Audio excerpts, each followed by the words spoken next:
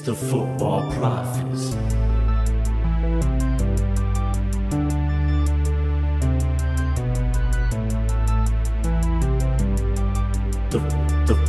The Football Prophets.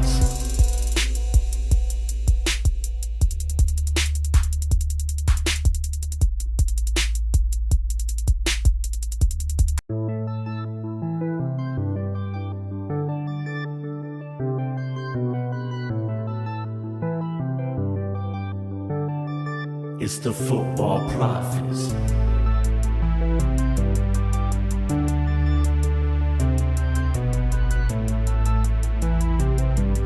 What's up today, FB family? Welcome to a new episode of Football Prophets, where two friends talk all things American soccer. I'm your favorite host, Michelle, and I'm here with Coach David. How you doing today, my guy? I'm doing well, Michelle. Ready to talk some soccer. We're going to cover a little bit of everything today, so It's going to be a good show. Yeah, excited about this. You know what I'm excited about most? Two friends hanging out, being friends. No, I tried. Okay. I didn't know we were friends, but I gotta update your name in my contact. But I have you saved as Michelle and Church. That's. Are you serious? David, you don't even have two Michelles in my phone. You have me saved as what? Michelle Church. I'm gonna delete your number when I get home, man. What you shoot me with Church? Because we met at a church. Okay, cool. Makes sense. Well, Coach David graduated yesterday. I tried to get him to wear his cap and gown during the show, but he said no. I thought he was going to be cool. So to the family, if you're commenting, please say congrats to this man. He only took him 45 years to get his degree. 10 years. But we made it. So congrats, my guy. I just wanted to say that. Appreciate it. Thank you. All right, awesome. So let's start talking here. So we're just going to dive into the show. We're going to do things a little different. We're going to let the conversation flow today. So I'm just going to dive in with you here, Coach. There's a young player that you're really excited about last episode, and he scores. And it's Bryce Duke, right? Yeah, I don't think it was last episode. It was a couple weeks ago that we did that talk. Player. If you remember, I may have called a trade between Montreal and Inter Miami the worst trade of all time.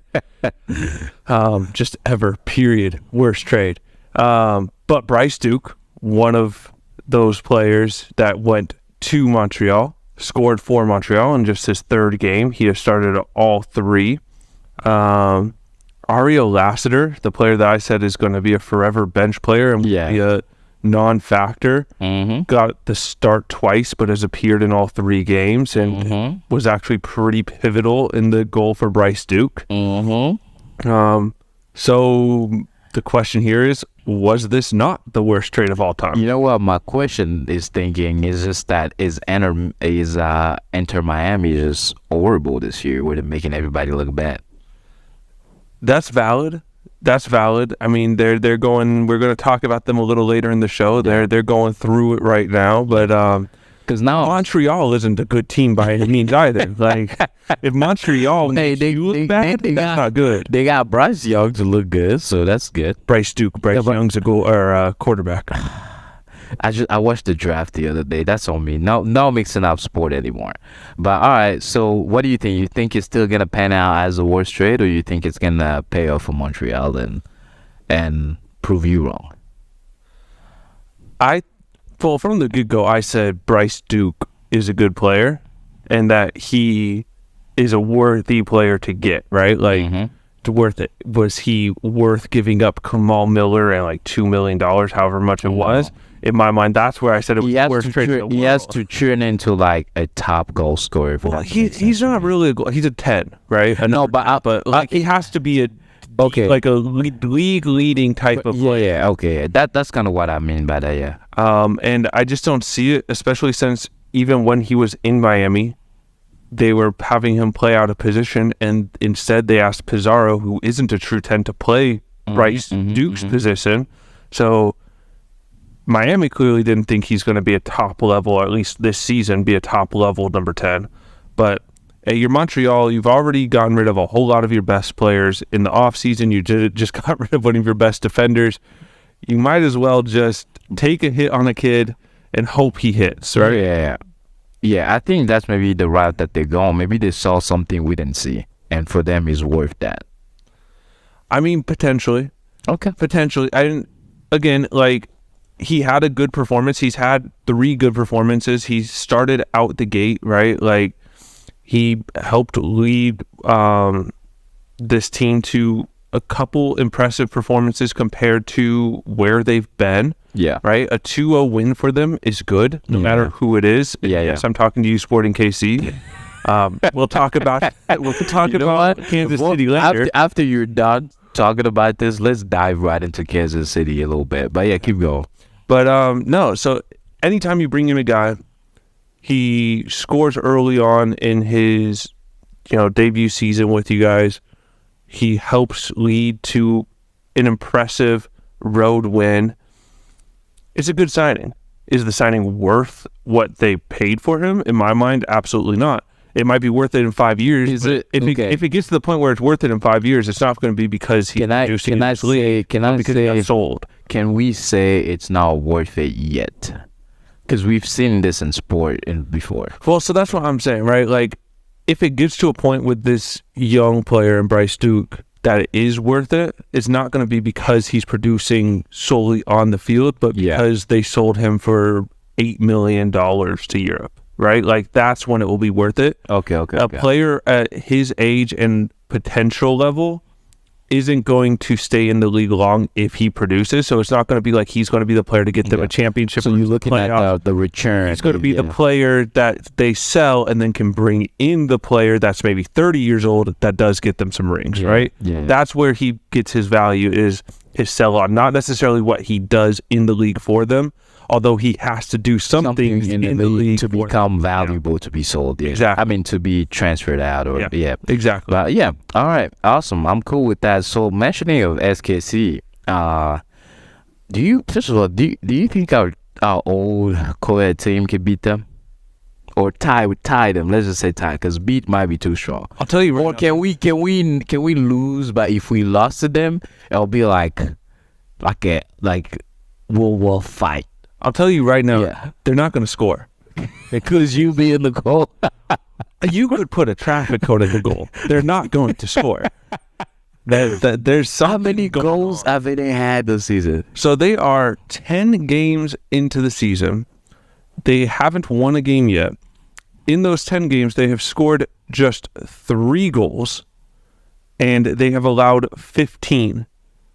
That's not good maths, right? That's a negative 12 goal differential.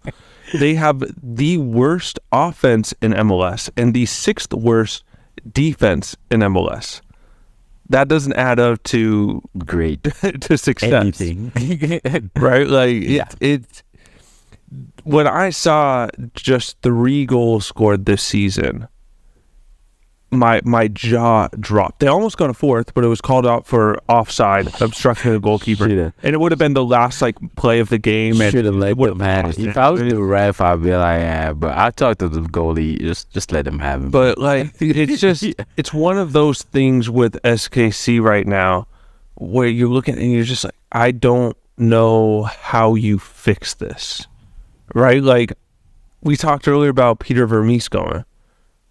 Okay, if Peter Vermees leaves, is another coach going to be able to fix this? He has to go. Right now, I believe Johnny Russell has scored, Willie Agata has scored, and Daniel Shelley have scored, right? Their 3 most attacking players have scored. So that's good.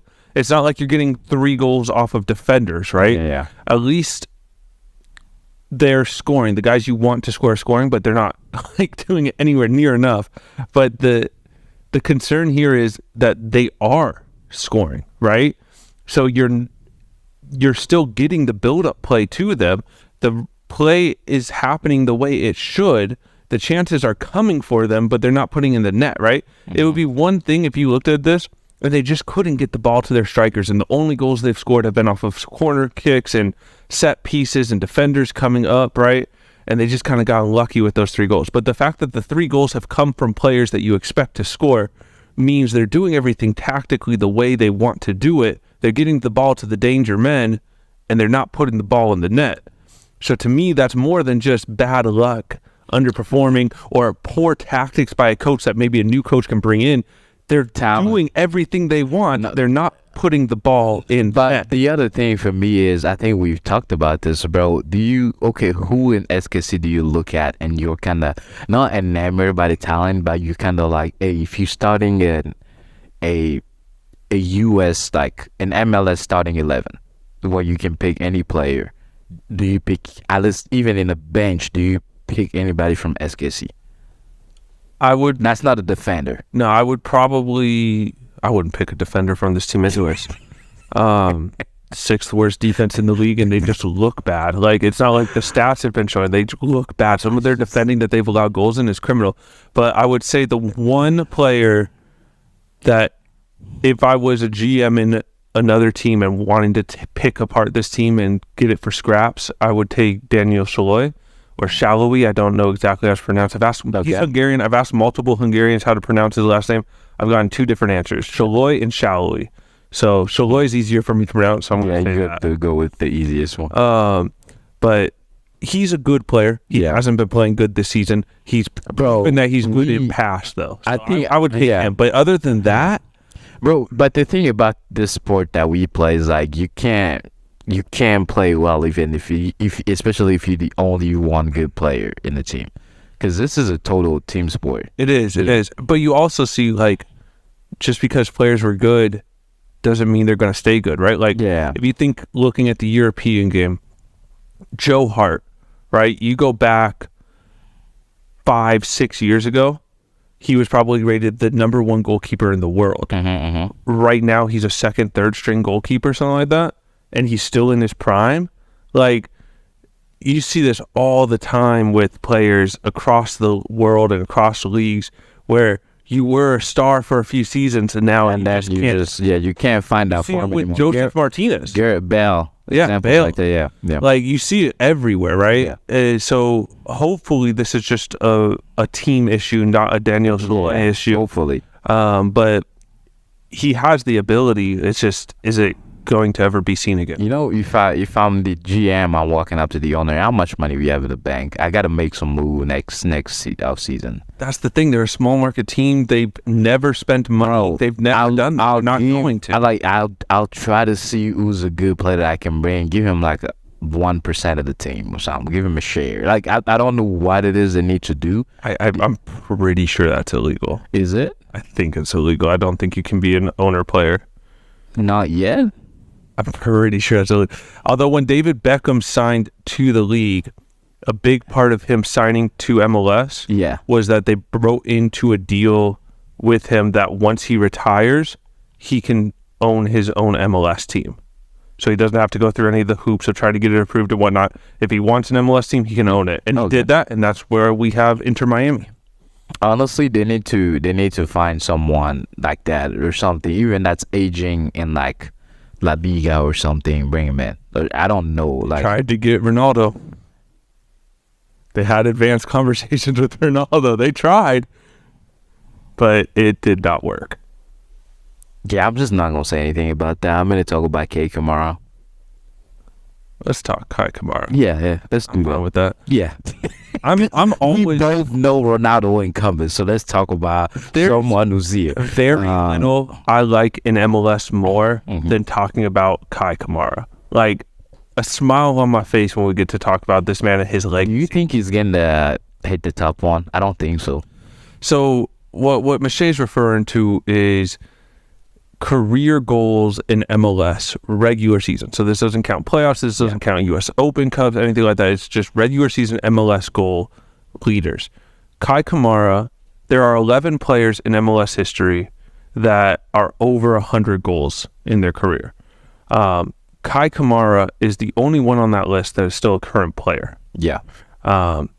He is currently at 143 MLS regular season goals. Landon Donovan, who we've talked about on the show, MLS legend, 145. And Chris Wondolowski, who we haven't talked on the show, but is a legend. I hate him. I don't like him. I despise Wondolowski. My goodness, you never met this man before. No, and I don't want to. You don't even know. So I've heard he's a nice guy. Everything I've heard about him, nice so guy. that doesn't matter? But It doesn't count. You're a the nice way guy. he doesn't plays, the way he like delays games. He had to fakes make it. money. I hate him. He had to make But- money. That's how he but- made his money. One of the best goal scorers America has ever seen. Yeah. One of the best goal scorers this league has ever Also a seen. nice guy. And he sits atop the list of. He's also a nice guy. Just want to mention. Have you met him? You said he was a nice guy, so I'm going. I said everything I've heard. People could lie to me. I don't know. All right. But he sits atop the MLS list here at 171 goals. So that puts him a fair ways out of Kei Kamara and Donovan, right? Kei Kamara is 38 years old. He's not going to catch Wando this year, right? Like that's almost 30 more goals he has to get, 28 goals. I don't think you will. He's not going to catch him this year. Kei Kamara has said he's going to play till he's 40. Do you think he can get okay, so depending on how many goals he get by the end of the season, that's maybe when we can make that prediction. So right now this is off the top of my head, so I apologize if I got it wrong. We're 10 games into the season for Chicago. He plays for one of the worst teams in the league, and he already has 4 goals and I think 1 assist, but at least 4 goals this season. Yeah. In 10 games, playing for a team that doesn't score a lot of goals. That we don't talk about a lot. Now, we know he likes to move around. This is his 10th different MLS team, right? So, say he goes and scores 12 this season, right? Okay. And Goes to St. Louis. Miami St. says Louis. we St. need Louis. another striker. St. Louis isn't going to need another striker.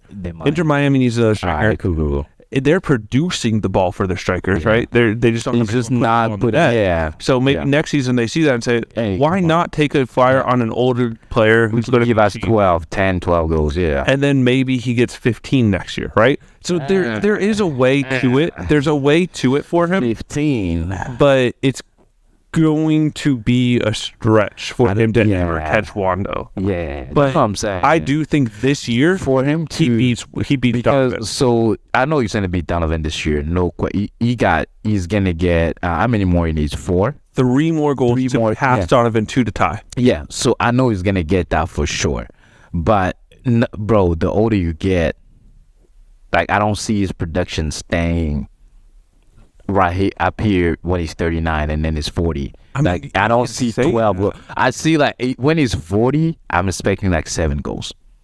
You can say that, but he's on pace to have one of his best seasons ever. Now again, so let me say this: a good team that but the only reason he also has that freeway right now with Chicago, I think his best chance to reach it will be in Chicago.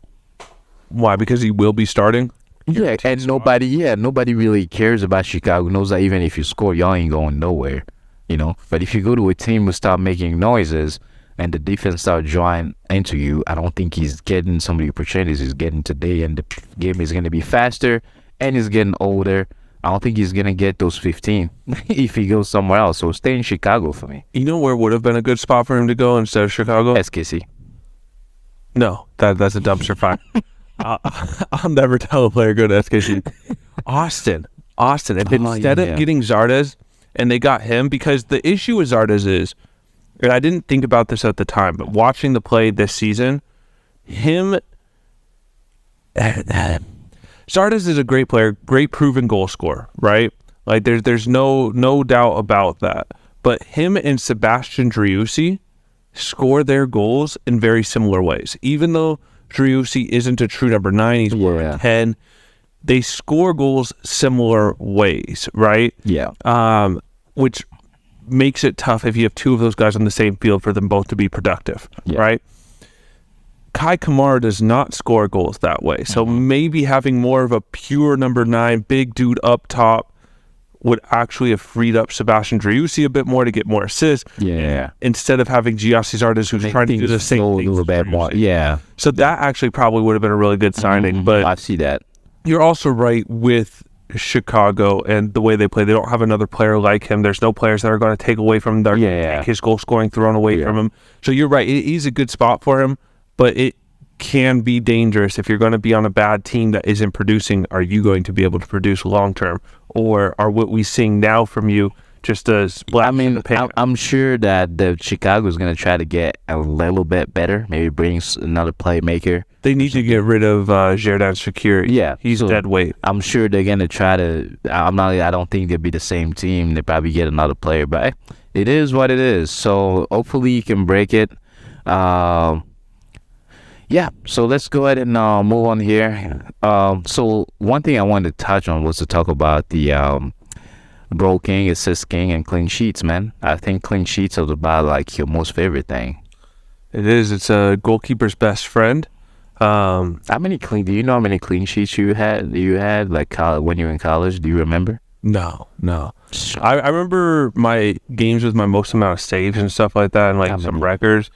26. No, my most amount of saves came. It was 17 saves in a game. That's a lot.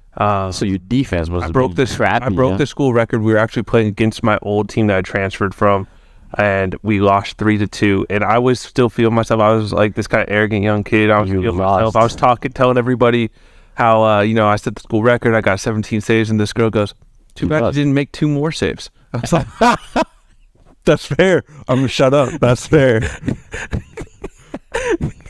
She brought you there. You just said too bad. You could have made 2 more saves.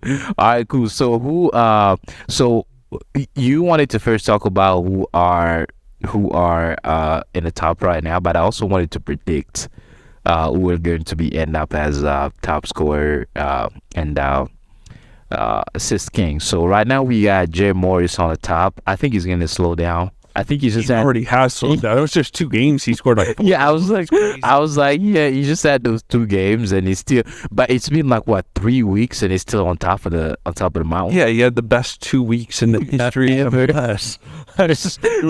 Same and Leo Chu on the list for assists. Now he's like 3rd, I believe. Yeah.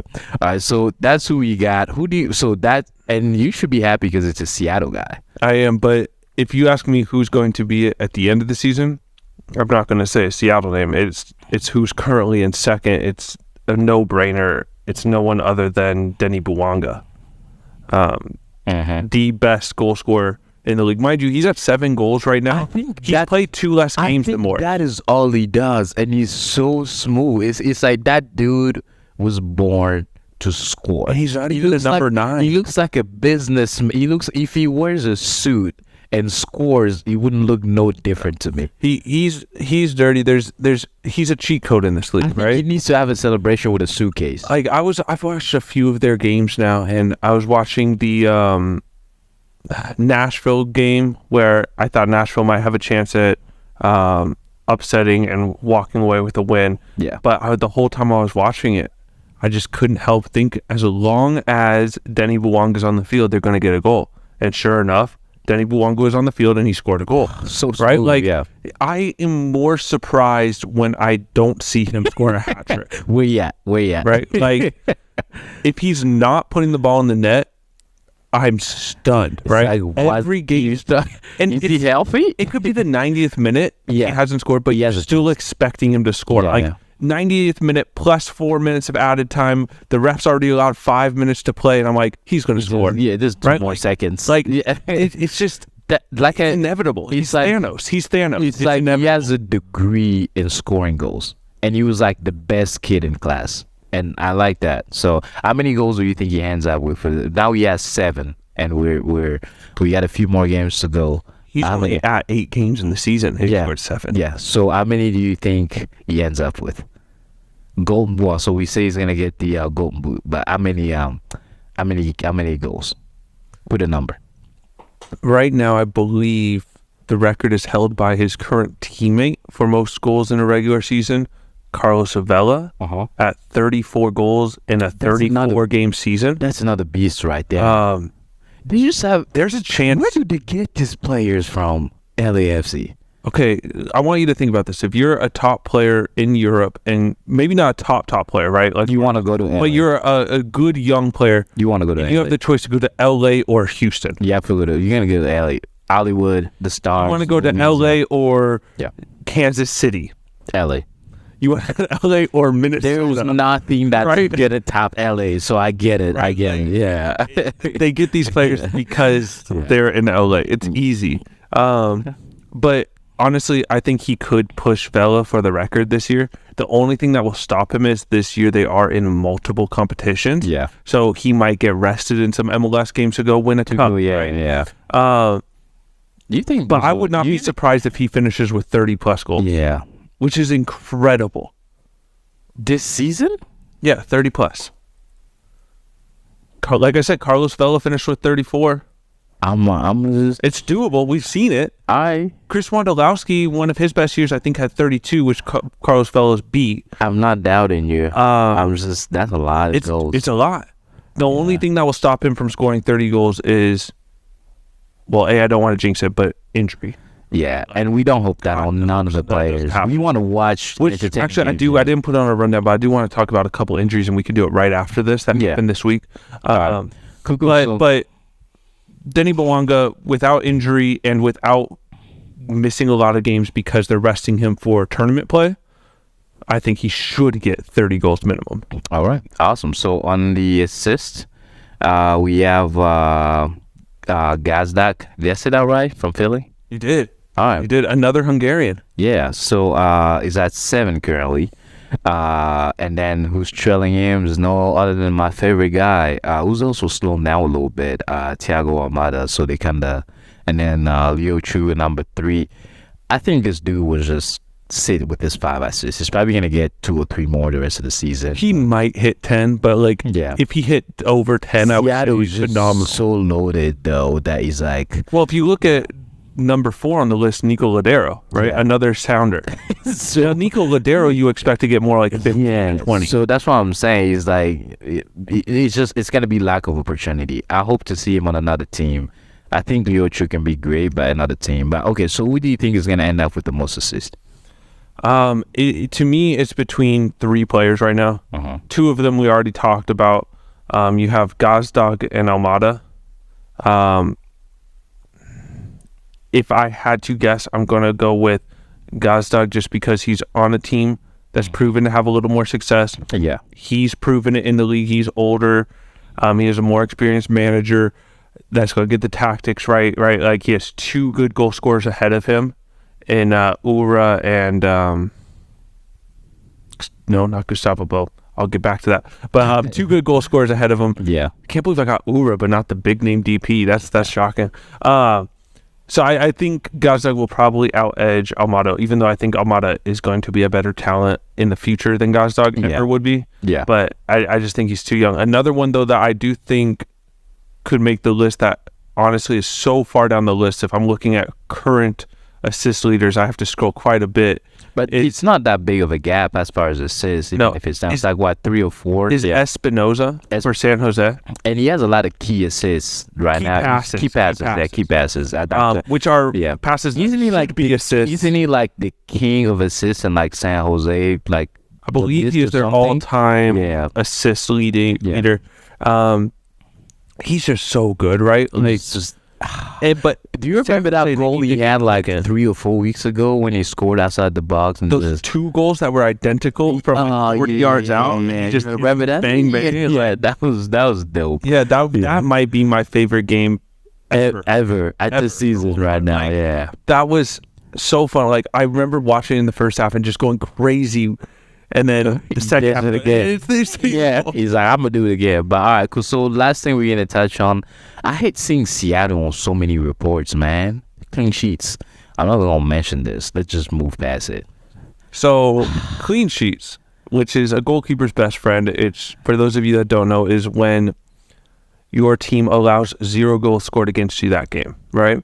It's always credited to the goalkeeper, not the defender, even though it is a defensive award, right? Like we never get nothing. Like you could be the best goalkeeper in the world. If you don't have a good defense in front of you, get scored on. You're going to get scored on, right? Easily. So when we're looking at this and making our predictions, we can't just think, oh, who's the best goalkeeper in the league? We have to think, who's the best defensive team in the league with a good goalkeeper, right? And now, currently atop the list is the Seattle Sounders' Stephen Fry. Great goalkeeper, great defense, right? Great defense, yeah. And then below Cincinnati, you have a Roman Celentano, who is a very good goalkeeper, young, but good goalkeeper. Yeah, and then great defense this year. Yeah. This year, great defense. Yeah. So Nashville, Joe Willis, okay goalkeeper, phenomenal defense. For Cincinnati going back to, I was gonna credit that to. I'm probably gonna butcher his last name. Help me with that.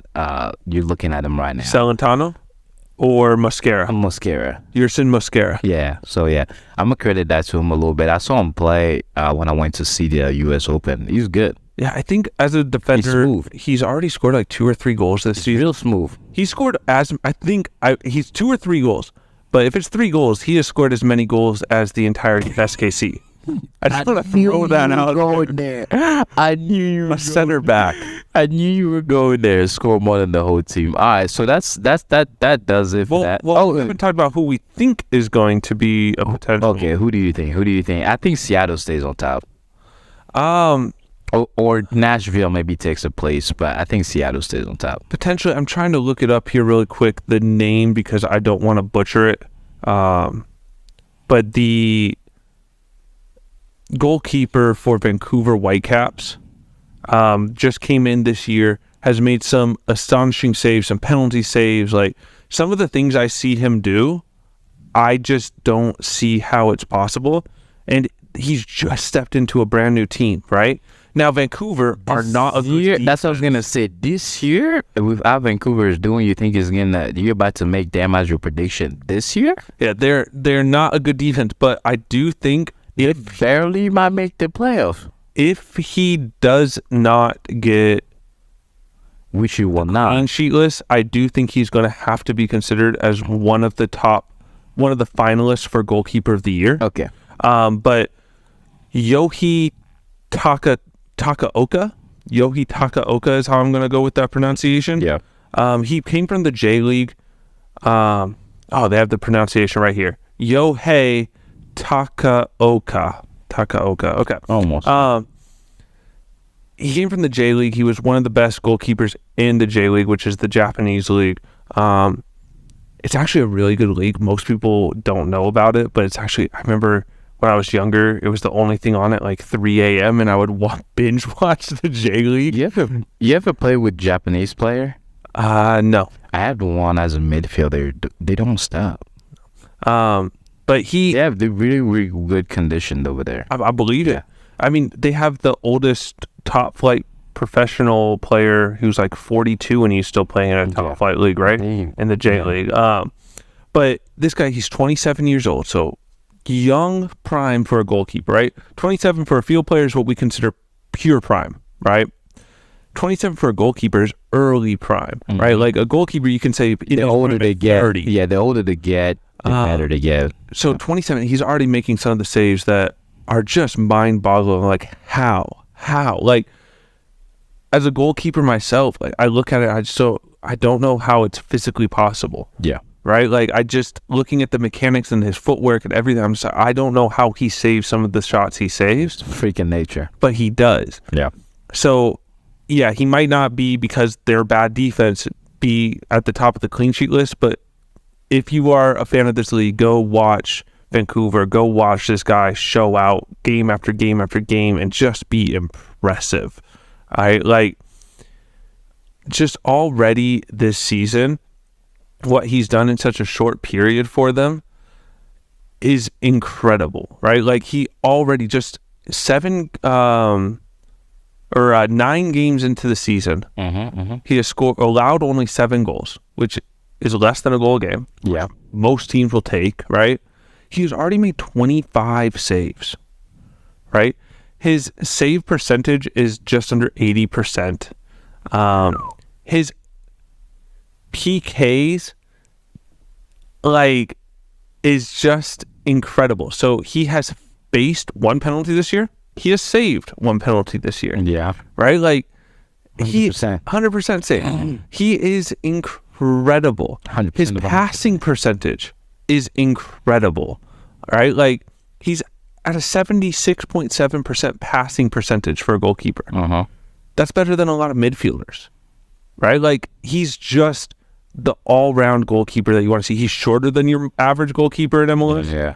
But man, he can make those top bid saves. Like it just something phenomenal there. Yeah. All right. Awesome. Appreciate you sharing that. Now, I know he's not gonna get that right top place, but thanks for the. I'll put him in for goalkeeper of the year right now. That's the breakdown. Goalkeeper of the year. All right. Cool. But all right. Cool. So you say you have some injuries you wanted to bring up before we take a quick break here. So what are those injuries? So the big one was Barrero for New England going up against Cincinnati, playing on turf. He landed weird after trying to jump a challenge. Foot got caught in the turf, twisted his knee pretty bad, had to get stretchered off. He was in tears. It was bad. There's no official report, but when the players in tears, they feel that this. And he's a young kid too. Like usually, young players are resilient. The younger they are, right? Like when you get older, your bones are stiffer, right? Like your body just doesn't bend and stretch the way it used to. Yeah. So to see a young player who's like, I think 19, 20 years old, go down with an injury and not be able to shake it off, probably serious. Yeah. You see a young player who typically are a little egotistical, arrogant, don't want anyone to see them cry, be the tough guy. You see him in full tears. Yeah. Probably serious, right? And this begs the question of, should top level athletes in this sport be playing on not astroturf, but artificial turf? I never liked it. I hate it. Thierry Henry, when he came to this country, put in his contract, he doesn't have to play on it. So when New York Red Bulls traveled to a place that had astroturf, he just simply wouldn't play, right? Like he wouldn't even travel with the team. And I think there's only a few stadiums in the country now or in the league that have artificial turf, and it's the ones that are playing on a football team stadium. So like New England, like Seattle. Yeah. So it is going away. There used to be that there was only a few grass fields in the league, but now it's reversed. Yeah. That's a good thing, but I really, really think that they shouldn't be playing on turf because this wasn't a bad leg-breaking tackle. This was just a guy trying to jump and tackle, landed, cleats got caught in fake grass. That wouldn't happen on real grass. Yeah, because you have to have even the type of cleats you wear have to be different when you on turf. And I hated slide tackling when I was on turf, man. It would take your skin off sometimes. The turf burn. It'll take your skin off. But is that the only? Well, the next one. First thing is just we hope that you're able to get healthy and come back. It's not easy, man. It's not.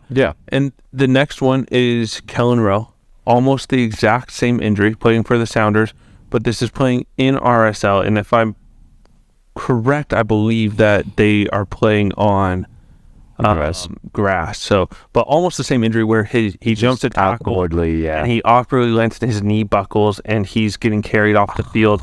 And he's trying to play on, and then he kind of was like, "No, this isn't right." So he goes back down. It's kind of late in the game.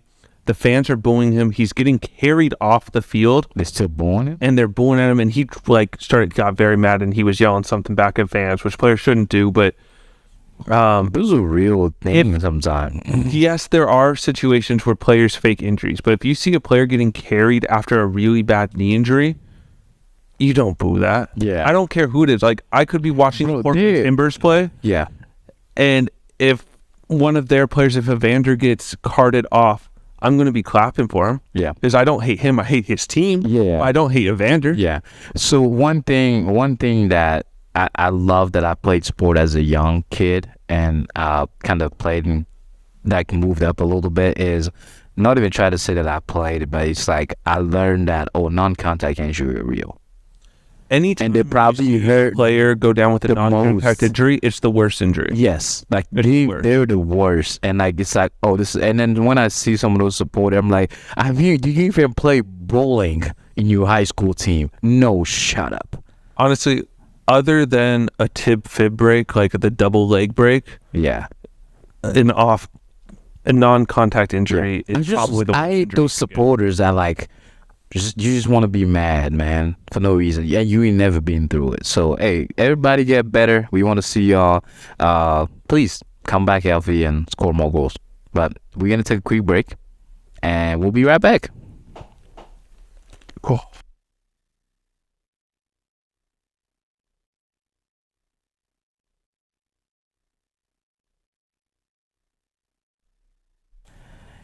And we're back for a second part here of the show. Thanks for sticking with us.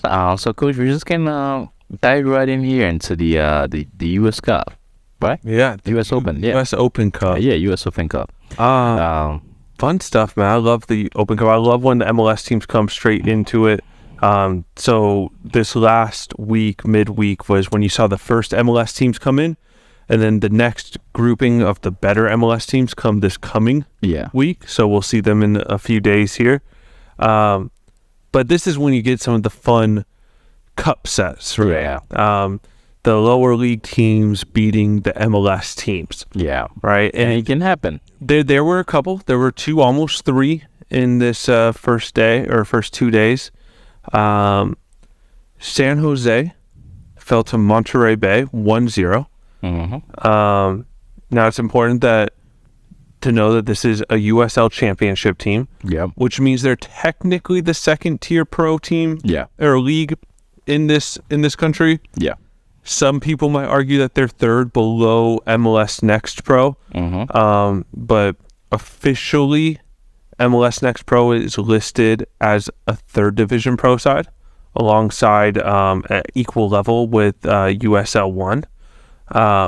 So there is that. So they're a good pro team, but they're not MLS. They don't have MLS money. But what you see here when MLS teams lose to these USL teams, it's typically because they don't take it seriously. Yeah. Right, and we'll get into that. But it is hard. I went to one of the games. Remember how like when we didn't sit the same place, but we went to like the Cincinnati game. Mm-hmm. You can feel like that's a game, right? But I went to the U.S. Open game. It was my first U.S. Open game, and you just feel like it's like a college level.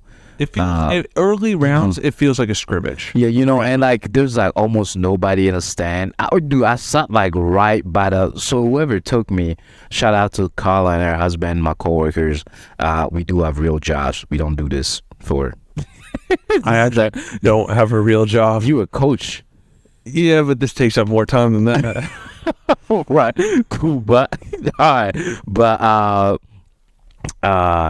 But what I was saying is that those seats was the best seat I've ever had, bro. It felt like I was courtside. I was literally right there. What section were you in? Do you know? It was like E4.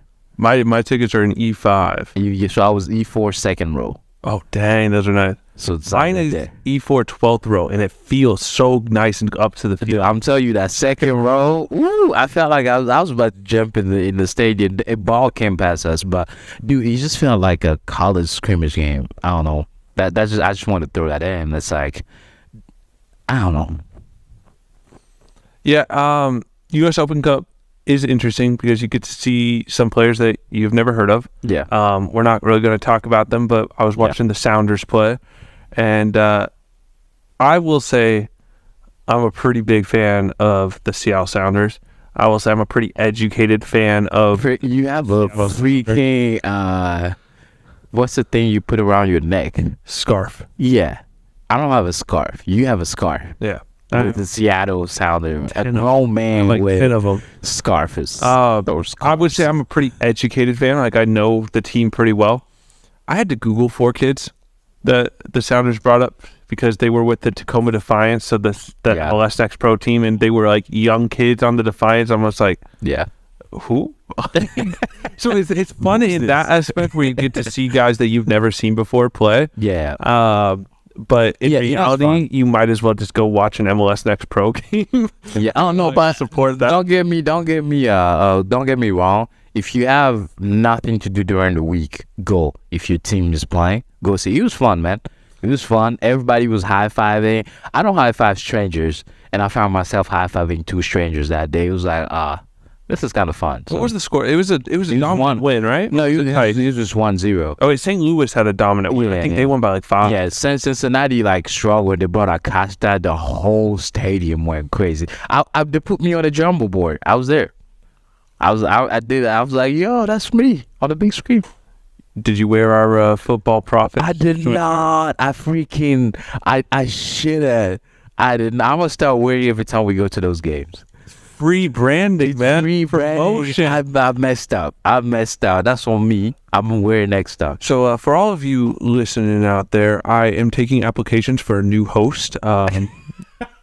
Marketing experience is preferred.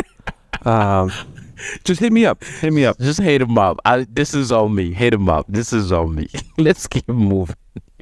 What else you got for us on here, man? The main game I wanted to talk about was Memphis 901 taking down Atlanta. One of my favorite players in the history of this league is Bill Hamid, who is not an old player, right? He's maybe 30, 31. Yeah. So for a goalkeeper, not old. He was one of the best goalkeepers in the league. He was essentially the first ever homegrown player in MLS history, the first to actually make it, right? I think he's technically the third ever, but the first to actually do things with it. Yeah. Meaning that he joined the club when he was a kid, went up through the ranks of the club, made it through the youth academies, second team, all that stuff, right? Yeah. And then he became a starter for DC United. He stayed at DC United his entire career. Then he gets an injury. Then DC United bring in a new goalkeeper. Then he ends up going to a USL Championship team in Memphis 901. Yeah. He still got it, right? Like a 31-year-old goalkeeper that was at a high level gets an injury. He still got it. Yeah. Right? And he allows a goal pretty early in the game to Atlanta. And I'm thinking, oh no, like this is not the Bill Hamid I wanted to see. Yeah. But then he makes 2 or 3 of the best saves you'll see this round of the tournament. Phenomenal saves.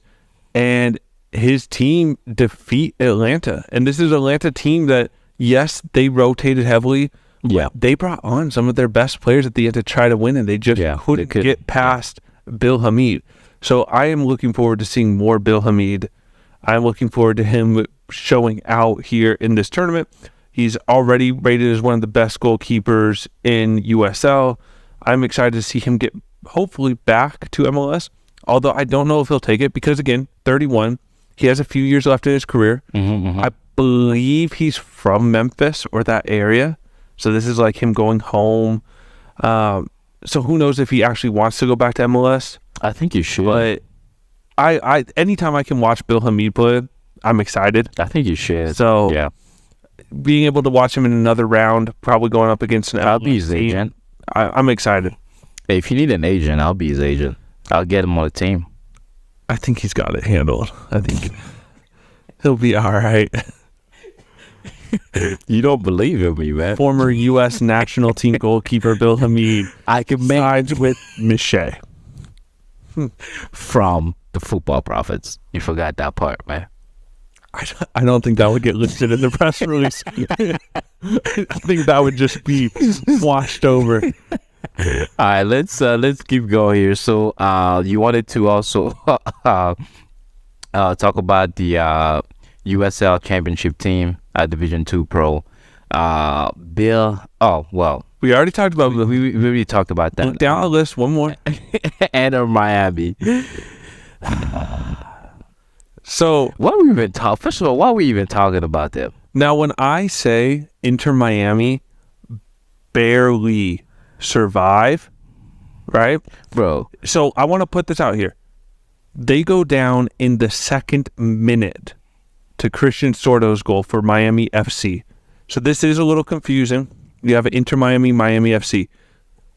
If I call a team Miami, I'm talking about Inter Miami. Yeah. If I call a team Miami FC, I'm talking about the USL Championship. Yeah.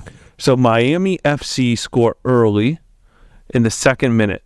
They hold that lead all the way up to the 89th minute, where Miami get their equalizer by Borgelin off of a pretty good goal, right? It goes to overtime, right? Overtime is 2 15-minute halves. Mm-hmm. So it goes to the 120th minute, right?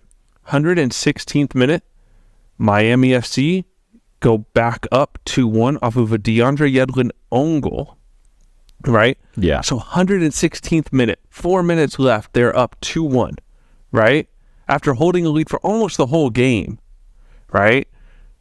Well, Ryan Saylor, a defender, scores in the 118th minute for Miami. Wait, so Inter Miami scored 3 goals Yes. and almost, And and the game was 2-2. Great. that brought it to penalties. And in penalties, the team with the better goalkeeper in Miami won 5-3. But at 2 different points in this game, they needed late equalizing goals to push it to penalties. And now this is a team, again, they started heavily rotated, right? But in the game, you ended up seeing Pizarro come in, Joseph Martinez come in, Uyola come in, Yedlin come in. That's when you know that desperation. Negri come in, right? Like, that desperation kicking in, yeah. man, they were struggling. And when I say they came in, right, like, they had a lot of these players in for 30, 40 plus minutes. Sheesh. For that long? Well, because you look at it, went to 120, right? Oh, yeah. All the stuff, with the exception of one. Yeah, so because you got the OT that they play. 5 of their 6 subs came sometime in the and they struggled that bad. And they still, even with all those players playing the entirety of OT. Do you think they're regretting signing Joseph now? Or are they starting to think about regretting? I don't know if they're regretting signing him, because if they didn't sign him, he wouldn't be scoring for them. If they did sign him, he's not scoring for them. So either way, they're not getting goals from him. And they weren't going to bring in. I mean, they got him on a deal. They weren't going to bring in another big player. For that money, yeah. Because he did get some of his money from the buyout from Atlanta. So he should probably. He came on a free transfer, so they're just paying salaries. Like they got him on cheap. So no, they're not going to get anything better than him. So Pizarro, though, man, I want to see Pizarro on a good team, man. Yeah, I like Pizarro, but he is hit or miss sometimes. He's a great player when he hits, a not great player when he doesn't. They need to like have him live together for like a month, him and Joseph, create that chemistry. I don't know, figure something out. Maybe make a sitcom TV like reality show off of it. I don't know, like they just need to be on the same page, because if they hate, they're gonna hate. What would their celebrity nickname be? Josaro? Hey, people, Josaro. Let's do that. And have both of them wear like magic hats. Yeah, I'm fine with it. Josaro. Yeah. All right. So if they ever link up for a goal, best believe in the put down, all caps, 37.5. Josaro. Hate again. All right. So with that being said, so what team do you think shouldn't focus on the cup right now? Based on performance, based on how they're doing with the MLS standing and all that, which team do you really think that, hey, if you're going to lose, just lose over there? So should not focus on the cup, right? Not even worry about it at all. So now you're looking at teams that are doing better than they should be doing in MLS, right? Or than they were expected, right? Maybe not should be, but better than expected, right? And you don't want to then shift your focus from MLS to US Open Cup, still lose and say the quarterfinals of US Open Cup don't get a trophy, but you've sacrificed so much trying to make a cup run that now you've dropped in the league back to where everyone expects you, right? So you're looking at San Jose, who got eliminated. You're looking at Houston. You're looking at Columbus and DC United. Those are the 4 teams in my mind. Yeah. Right? All 4 teams, we saw heavily rotated squads. The one team that I think of those 4 that actually might take it seriously is probably Columbus, with Wilfred Nancy as their coach. Mm-hmm. He probably expects them to be able to make playoffs and win a trophy along the way. Yeah. But if I was their coach, I wouldn't. I would just try to get as high of a playoff seed as possible, and then focus, if I'm going to get a trophy win, do it. Yeah, we'll do it in the tournament that they're doing with Liga MX, whatever that's called. Not Nations League. CONCACAF? No. Well, I'll get back to it. It'll pop into my head later. But the month-long tournament that they're doing with Liga MX, that they take a stop in the season, so you're not risking any games because the MLS season goes on hold. Oh, okay. So that's where I would try to focus and get trophies. Okay. But those 4 teams, yeah, don't focus on that. Leagues Cup is what it's called. Okay. Leagues Cup. All right, that's a very clever name. Yeah, because it's 2 leagues and they're going for a cup, so it's the Leagues Cup. Did you feel my sarcasm? I love it. I'm here for the league. You love that name? That's the dumbest name in the history of the sport. All right, 3, 2, 1. Name a new name for it. 3. Give me 4. Give me more than 3 seconds. You didn't give me even time. Give me 5 seconds. The Give Me 5 Seconds Cup. All right. Presented by Red Solo Cups. That is not what I meant to say, but we could go with that. All right, but on the flip side of teams that shouldn't focus, you are going to have teams that need to take it seriously, right? These are teams that have literally no shot in the league, right? Just say bye to playoffs now, right? Like you're not getting it. You need to take this seriously because if you want to keep your job, you need to get a trophy, right? Without a trophy, You're trying to have food. you're not going to get your job, right? Because you're not doing it in the league. So for gas, bills, anything. SKC need a cup run. They almost lost. Please. LA Galaxy need a cup run. They do. Austin need a cup run. Probably the team that needs a cup run the most, New York Red Bulls. Aaron Schumer might lose his job anyways because of all the racial controversies that we've covered on the show beforehand. Probably should lose his job. I think. But if he doesn't lift a trophy, or at least look like he's about to lift a trophy, he's definitely going to lose his job. The ownership is going to fire him, and it's probably going to be because of performance, but then they're going to say we did it because of the racial controversy, doing the right thing and trying to make themselves look good, but we all know it's going to be because of his performance. They're tired of that. But he needs a cup win. Yeah. And then Inter Miami desperately need a cup win, but they... It didn't look good for them. It did not look good for them. Maybe let's just hope that this was an anomaly, like a glitch or something, like an outlier game. Because let's hope that. But the thing is, we also see this in the MLS happening with them. So this might be like I don't want to hope that on them. All I know is that them struggling against a USL Championship team and trailing twice, having to take it to penalties with 2 late equalizers, makes me look like the smartest man in the world when just 4 days earlier I said it's time to panic. Right? Like, perfect timing. I say it's time to panic, and then they go and struggle. Yeah. Like I said to give him a few more weeks, but you did hit the hammer on that. All right. So it is panic time. Officially now, today. All right, cool. Well, they just had that trade. They got more money in the bank. It's panic time. Money makes you happy, man. When you see Bryce Duke all of a sudden performing, it's panic time. Oh, everything is going bad for them right now. It's panic time. They just trade that dude and just goes there and score. That's crazy, man. That's panic time. Oh, that's funny. Mario Lassiter's a starter now. Yeah. Panic time. Like, what do we do wrong? All right. I'm going to have us take a quick break, and then we'll be back, and we'll finish up the rest of the episode today.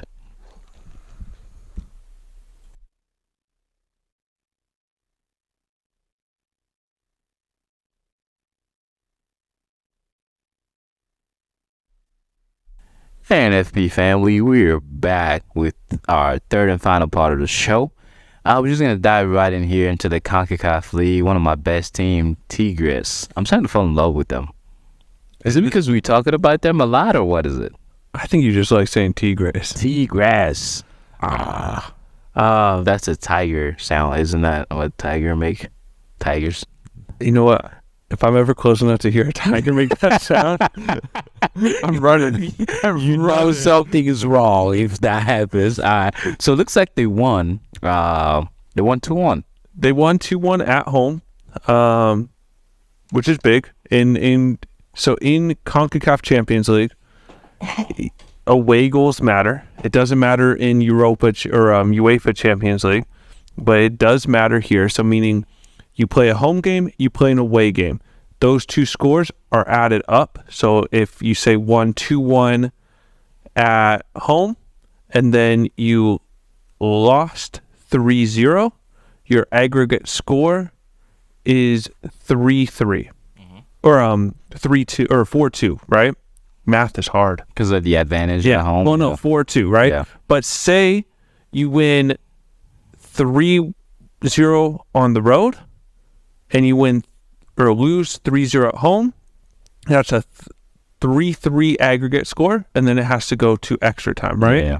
But if it's tied on aggregate, right? Say 3-3 tied, but you scored more goals on the road, so away from home, than your opponent scored when they came to face you, then you win. Right? So not all ties are the same. It's not all really ties are the for same. no reason.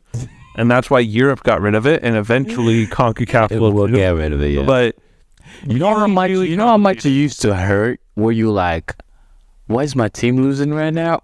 yeah. Like, why are we not advancing? And then they pull up the calculator. Well, because this and this and this. Yeah, this it's and that. a nightmare for no reason. It's like, For what? no reason. So, Tigres win at home, and home wins are important, but possibly more valuable is Lyon's away goal, so making it 2-1. Yeah. So right now, if they go back to Lyon, win 1-0, it will be 2-2 on aggregate, but Lyon will have more away goals. Because of the advantage, And they will advance, right? And I think that's realistic. I think Lyon have to be playing it tight and try to get a late win or an early goal and then try to play defensive, right? I hate those early goals. Yeah, I prefer keep it tight for 80 minutes and then try to like 75th scored and then just drop on defense everybody. Chelsea used to be good at doing that. I'm more that way. Park the bus late in games.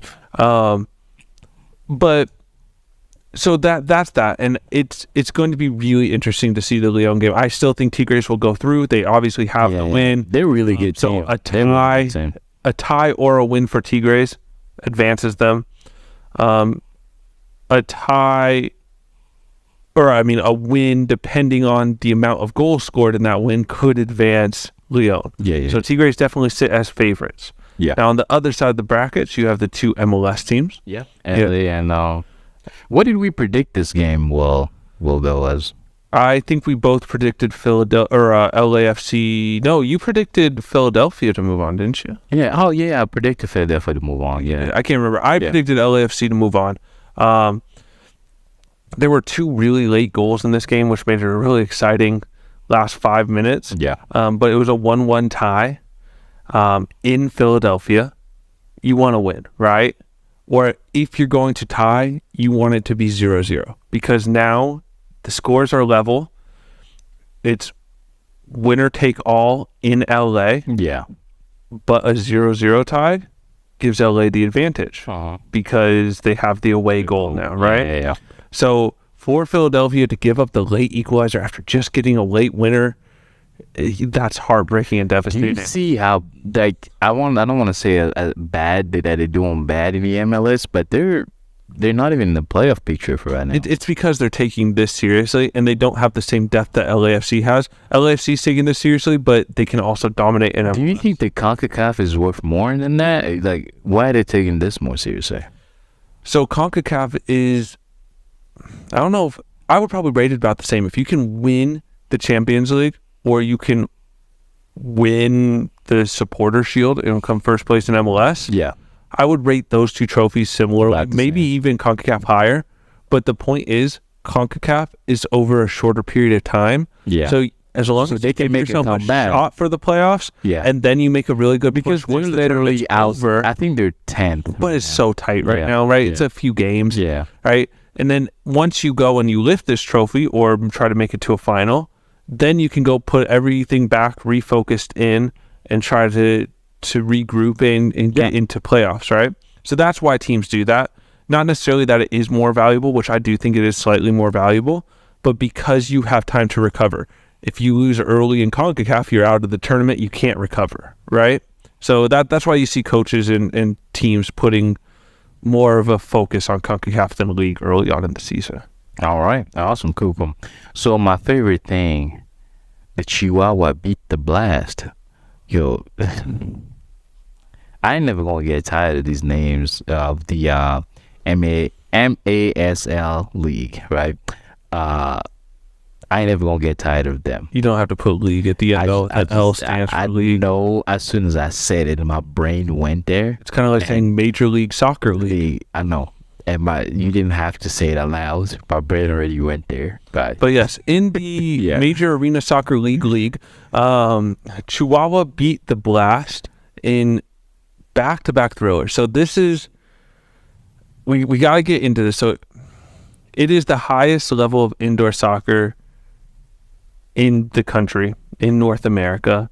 It's really, really fun, but it isn't necessarily the biggest league in the world, even though I still say it is. Because the money isn't there, right? And these teams, for the most part, don't own their stadiums. They don't own the arenas. They're renting it, right? Yeah. So the Blast, for pretty much the entirety of the playoffs, could not get a field rental, and they've had to play on the road every single game. And this is, again, a home and away type of situation. Yeah. And they kept having to play. So now it's in the final. It should have been one game in Philadelphia, and with the Blast. Baltimore Blast. It should have been one game in Baltimore, one game in Chihuahua. And then, since Chihuahua were the favorites going into it, had the higher seeding, they would get then the tie-breaking game, right? If both games were tied. And it's not aggregate. It's literally it's just you best have to win 2 out of 3. Yeah. So all 3 of the games would have been played in Chihuahua because they couldn't get a stadium. So already, is that the name just of the team, or is that the name of the city as well? They are the Chihuahua Spartans. No, not Spartans. Warriors, something like that. It's their nickname is something to do with Warriors. But so no, it's their city, Chihuahua. There's a city named Chihuahua in Mexico. I gotta go. Do they have a lot of Chihuahuas? I'm gonna take Sandy there for her homecoming. Is there like a lot of Chihuahuas there or something? I think the dog was named after the place, not the place after the dog. The dog, so because there's a lot of Chihuahuas there. Probably. Alright. But then you think they eat Chihuahuas? Welcome to Football Profits, where we talk about Chihuahuas.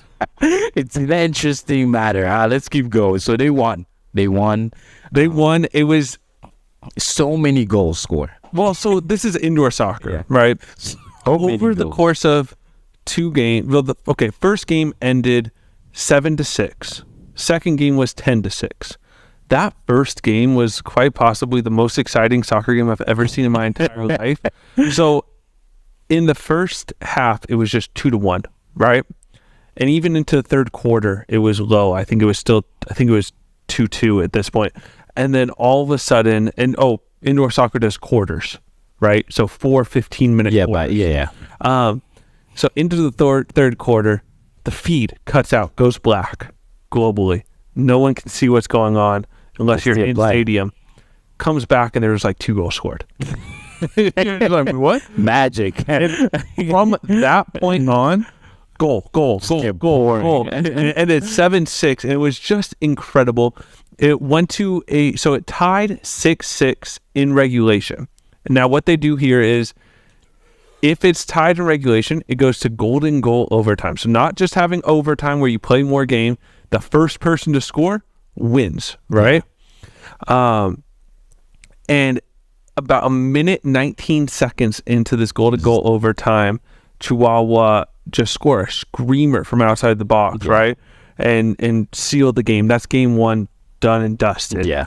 Then game 2 comes, and it was a 16-goal thriller in this game. 12 of those goals all happened in the fourth quarter alone. Yeah. So the last 15 minutes of the game had 12 goals. So many. Like, you couldn't blink without missing. That's 15 minutes. So that's what an average of almost a goal per minute. Honestly, right? Insane. Okay, and it ended up. Coaches must have it feels like you can't stop nothing. No, it ended up being a blowout win. I mean, if you look at it 10-6, but in reality, indoor soccer, a 4-game win is not. I've never lost 10 in any sort of game. Like, you just get. Let's move on. You have? Yeah. When? In college. I ain't never been part of that. We played the number 3 rated school in all of Canada. And they give y'all 10. I think it was 9 piece. I think it was 9, but at that point, Let's call it 9. Let's no, man, I feel Soccer bad for ball you right now. spinning around. I feel bad for. Let's call it 9. I think it was 9. All right, cool. So let's keep going here. So I think we had one shot that entire game, and it was from like half field. Like one of my strikers just tried to shoot. Yeah, it was bad. It was really bad. You miss out. You said a shot you don't take. We were in our defensive third for the entire 90 minutes. It was rough. Did play y'all like older brother play little brother? It was one of after the game. I just sat down on the field. Were you in the like goal? Yeah, They scored on you. yeah. So you were the problem. I sat down on the field, and like their whole team came up to me and just like They put their arms around and on me. It's okay. One guy literally looked at me and said, "It will get better." It was our first game of the season. It'll get better. Did it get better? Yeah. It's all the truth. It got better. It's all the truth. It couldn't have gotten worse. So, I mean, you could get a 15 piece if you seen it. It was bad. It was bad. All right. Cool. All right. So we did something last episode where we say we were going to change the trajectory of the national U.S. soccer league, the national team. We said, please hire a sporting director. And we said, do it now because we were mad. And guess what? They listened to us. And they just needed us to tell them what to do, and they did it. Yeah, literally 2 hours after we were complaining about not having a sporting director was named. Yeah, we are doing a lot of good things. I will say, unless they have cameras in my apartment, we didn't air the episode. You don't have to say that. Let's take credit for it. Spying on us at U.S. Soccer. They know what we have. That knowledge. They can't pay for it. They can't. It's too valuable. They have to steal it from us. That's why we can't have phones no more. But U.S. Soccer appoints Matt Crocker as sporting director, so he will be the sporting director and overseeing both the men's and women's national teams. He comes in with a bit of history and experience, being essentially the same role in a couple different Premier League clubs. Yeah. None of which are the big name Premier League clubs. But you're looking at like a Southampton and stuff like that are known for producing good young players, which we have a lot of, right? So he knows how to work with. He has worked with the England's U17 and U20. That's good. Where he has won a World Cup title in the youth levels. Yeah. He knows what he is doing in the position. He's not the biggest name sporting director in the world, but he is a serviceable job done, sporting director, and quite probably the most important part of this is he's not a former U.S. men's national team player, which has pretty much been what exclusively we've had in the past, and that's where we got the whole Claudio Reyna drama from, and it's just messy when you have essentially a family working with family, right? Yeah. So that's my favorite thing. He comes from England. He has some history of success and trophies, even though it's at lower levels. Yeah. He has years of experience. He's young. He's motivated. I think he's only 48 years old. Like, this is a stepping stone. He needs to do good here to get his next job, right? Yeah. So I'm optimistic about this. I hear a lot of people saying, like, he's unproven, like, this is a bad hire, all yada yada. But who's the U.S. going to get? Right? Like, we're not going to get the best sporting directors in the world because they're already employed. How important do you think that is compared to coaching? Like, are we really worried about having the greatest sport director, or are we worried about him making the decision to hire the right coach? So that's the thing. Yeah. He is in charge. He will be hiring the general manager and the head coach. So the GM's job will be to essentially negotiate these players leaving their clubs to come play in international windows and get that organized. And then obviously the head coach is overseeing the operation, right? Yeah. And the women's team has more stability here, right? Like this hire doesn't affect the women. I don't even know why you bring them in the same. Women are like, they were going to be good without Matt Crocker, and they're going to be good with Matt Crocker. Yeah. That's irrelevant. So really what we have to judge him on is how he handles the men's team, unless somehow the women's team just implodes and doesn't get out group stages of the World Cup. Which is then then he's fired. He's fired right away. But that's this summer. So we'll see. That's this summer. But assuming he doesn't bring a plague upon the U.S. women's national team, he's irrelevant to them. Yeah. Right? So what we're going to have to judge him on is his ability with the U.S. men's team, his coaching hire for the men's team, and how the men's team do in the next couple tournaments coming up this summer. Because this is the one World Cup you can't really mess up. No. Yeah. And we got 4 years to get it right? Yeah. We have multiple tournaments soon coming up right now. So you kind of have, you can try some things. Yeah. And I would hope that we get a coach here, at least a general manager signed in the next month or so. Yeah. They might hold off on a coach till after the summer and after the tournaments are done. I would like to get one in before the Gold Cup, but it does sound like, though, his current top candidate is Jesse Marsh. Back to him, huh? Now, Jesse Marsh is the player coach that was with Leeds United. Got fired. Yeah. Then he almost went to Southampton. So who was the sporting director at Southampton at the time when he almost got hired there? Was it Matt Croker? So he almost looked into him. Now, looked into him already. Their deal fell apart because of a length of contract. They weren't willing to offer Jesse Marsh a long-term contract. They were only willing to offer him through the season. Jesse Marsh said, no, I need more stability than that. Yeah. So it fell apart. But clearly he was Croker's top pick there. Mm-hmm. The negotiations were far along, so clearly Jesse Marsh liked him as well and thought he could work under him before. Yeah. Because it wasn't a personality issue that had the deal collapse. It was just a length of contract issue. Yeah. So they clearly like and respect each other. I've been saying Jesse Marsh would be a great candidate for this job. I would like it to be either Anthony Hudson or Greg Berhalter, but I do think Jesse Marsh would be a great hire. Should be given a chance, man. I think they might give him through the summer. Okay. That's why I think they would hold off. But I mean, if he wins 2 tournaments or gets to at least 2 finals in the summer, why not? Why not keep him? All right. So last question of the episode: how far do you think the men's team go in the World Cup? You got 3 seconds. Same thing you did to me. 1, 2, 3. The semifinal. That's a stress. Okay. Well, we got to the quarterfinals before, so we want to advance. We want to get better. Okay. If we are not getting better when our players are in their prime on our home soil, anything other than a semifinal won't see us progress. So it'll be a failure. All right. You heard it here first from Coach David. All right. So we are at the end of our show. Reach out to us as always in our email,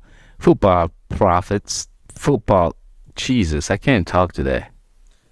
You want me to do this? No, I got it. Give me 3 seconds.